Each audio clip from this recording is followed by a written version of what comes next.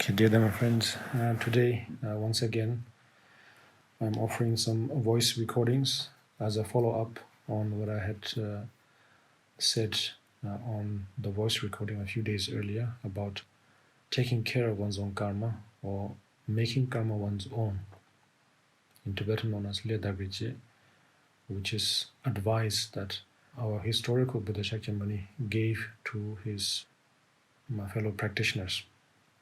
In Tibetan then, it quotes as Ledagriche or Ledagrinze. The message is about taking care of one's own karma. I feel like to really come to the bottom of it, it all comes down to practicing the Buddha Dharma. And so when I say this, some of you might know how to practice to a certain degree, and some of you, even though you wish to practice, you may not have the means in terms of time, in terms of, let's say, teachers and so on. And so therefore, you feel somehow handicapped in a way, not know how to go about it, yet at the same time you have a very strong feeling, strong motivation to practice, but not know what to do. To both of you, the encouragement that I would like to offer is that, first of all, any form of practice, be it the simplest of version in terms of just reciting a syllable of any wisdom aspect, or if you're doing something more elaborate in terms of being able to actually, let's say, read something like the Abhidharma or Panjana Paramita and so on. In short, it's really practical, it's really simple.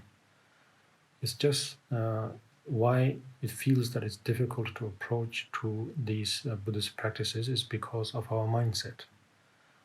If we tell ourselves from the very beginning that it's difficult, then from that moment onwards already you establish that deeply in yourself, in your mindset, in such a way so that no matter how simple the practice or how elaborate the practice, it will always be difficult, and you will always feel that somehow you are somehow floating somewhere, even though you have the right motivation, genuine motivation, but nevertheless you don't quite feel that your practice is actually dealing with the whatever forms of challenges you are facing.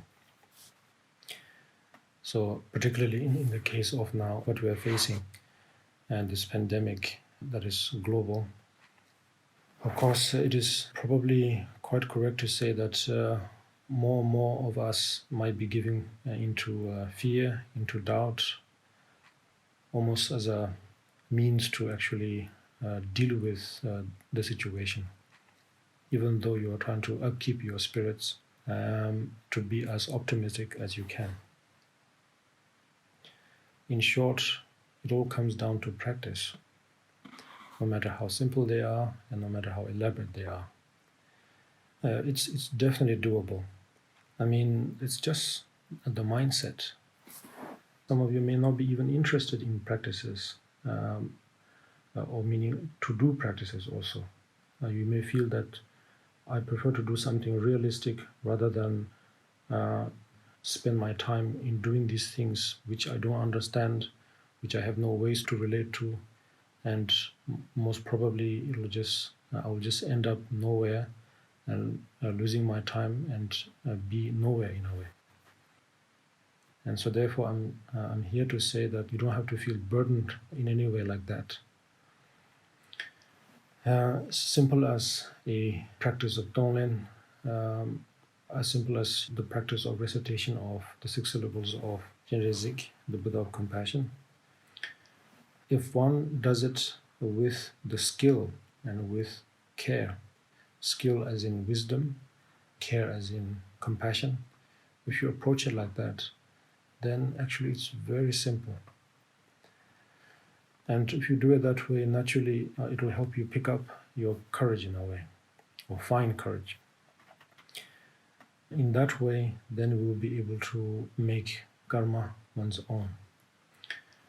And as I said last time, when it comes to owning one's karma or owning karma, the most important approach is not to see the one who's going to own the karma and the karma, these two aspects are not separate at all, that they are interdependent.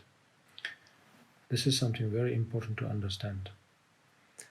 If our mindset already from the beginning keep them apart and separate, as if they are independent rather than interdependent, then already we set up an impossible task, and we will never be able to find any benefit.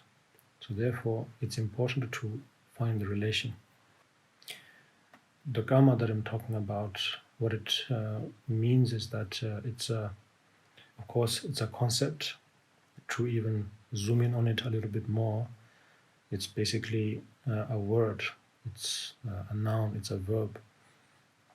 And through this conceptual means, we will be able to understand this force or nature of change, this flow of change, flow of living and dying, flow of up and down, a flow of almost every opposite sort of thing. And then I see that it's not in any way, how to say, alien to each other, but actually they all arise, let's say, mutually in a way. So karma, in this case, describes that aspect of change, which can be described as to having a form of cause for the sake of understanding, for the sake of communication, that as if they're having a kind of cause and some form of condition, and having some form of effect or a result according to those causes and conditions. But nevertheless, they are not absolute at all. It's just a conceptual and a relative way of describing the reality or describing life. Because life, after all, is nothing but change, yes? One moment is living and the other moment is dying, but neither of them are absolute in terms of living is not separate and standing alone, and same goes for the death. And there's a relation, and due to this sort of mutual sort of connection, constantly sort of it supports each other. And so therefore this is, I think, something important for us to understand. And the purpose of practice, which is described as in three folds: listening or learning, contemplation, and meditation. So these three aspects, these three folds then describe practice. And of course, what we are practicing, of course, is actually just trying to understand concept, trying to relate to concept, but not in any way it's a way to either abandon concept or to get attached to concept. So that's something is also another important factor, I think. The abandonment of concept can happen also in terms of one feels that it's this concept of mine that created all of this confusion. And so therefore now I must make my mind blank, and then look at the practices of, for example, contemplation and meditation and so on, as a way to make our mind blank, as if to forget everything, and as if everything that you have experienced is just an absolute hallucination. It's possible that, for example, right now, when we are facing this sort of turmoil, left and right, whichever direction we go, we feel that somehow there is no escape. It's not like as if we migrate to another continent that we might be saved, or if we move to Antarctica, maybe we might be saved, or something like that. There is simply nowhere to somehow, to take refuge in. So after quite a while, when this feeling just cycles over and over again, then at the same time having some knowledge of Dharma, it's possible to think that to mistake and to misunderstand the practice, that all of these are just pure absolute illusion, And so therefore now I must make my mind completely blank with the help of meditation. This is what I would call abandonment of concept. And that's not the idea, and that's not the purpose of practice at all. On the other hand, it's not also a way to get attached to concept also, because getting attached to it means that to think that there is an absolute end to this, as if, for example, now because of our logical mind and reasoning mind, we could look at the pros and cons, and at the end of the day, we are heading towards basically two kinds of hopes. One in terms of precaution and survivability, and the other as in finding a cure, as if these two are it. That at all costs I must do everything I can to perfect in finding and in embracing these two kinds of hopes, let's say. In terms of precaution, I think it's really possible that we panic ourselves into, for example, of course, now the news is all over about hoarding all sorts of things. Of course, food, water, medicine, and so on. And then at the same time, although, of course, it's meant with care, it's meant with genuine care about taking various forms of precautions. And then again, we could misunderstand that with our disturbed state of mind and go into the almost minute little detail or intricacy of taking precaution, that to a point where you almost feel that you have to completely shut yourself, not just in your room, but in your mind, maybe even stop breathing sort of thing. You could go into that kind of extreme end. And there are these various forms of extreme measures that we could take. And similarly, in terms of the vaccination or cure, that if you're able to find, it's possible, of course. Anything's possible. We may find the cure soon, but whether it's sooner or later, we will find something, that's for sure. Life is full of possibilities. But if you get attached to that concept once again and feel that that will solve everything, obviously not. And that's something we really have to be wary about. Because let's say that we find a cure tomorrow morning. Sure, we will experience a sense of relief. We might jump, we might cry, we might laugh, we might dance with joy and so on. But it's really just momentary. And after that cheer, after that relief, then back to square one. Why? Because somehow we once again misunderstood concept.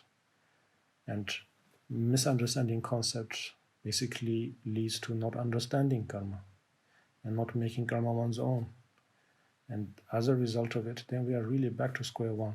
And going back to square one basically means samsara, going in full circle. And then again, we may have overcome one particular villain, in this case in the form of this disease. At some point, yes, we will overcome this. But then afterwards, what? As long as we don't know how to take care of one's own karma, somehow, one way or the other, we will end up finding another form of villain. Maybe in the form of a person, maybe in the form of a terrorist, or maybe in the form of another pandemic, anything. It could be due to bad diet, it could be due to various forms of demands and stress and so on. So if I can ever say that the absolute key is to really, as a practitioner, now of course to the vast majority, it may not be the case. Maybe it's not yet the time in a way. But at least for us as practitioners, not that we have a duty, but in terms of what we can offer ourselves and what we can offer to others. Although it may not be direct, it may not be something great in terms of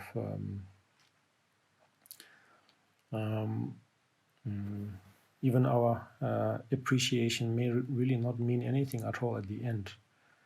But appreciation for others' hard work. But nevertheless, if one of us, or a few of us, or of course all of us as practitioners, if we can make use of this moment, if we can make use of this stressful time in a way so that we finally understand change by being able to embrace karma, by being able to acquaint ourselves well with concept, then I think it's a life well lived. Whether we survive from falling ill, survive from dying, and so on or not, it doesn't really make much of a sense. But one thing that will really matter, one thing that will sort of really give peace, a sense of peace, a sense of comfort, a sense of satisfaction, if I can say that, is if we can make use of this moment now.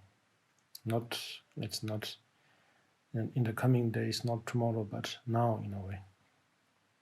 I don't mean to say this as a pressure, but if we can find a way to understand karma, embrace karma through the practice, then I think we have done something that we can be proud of, genuinely.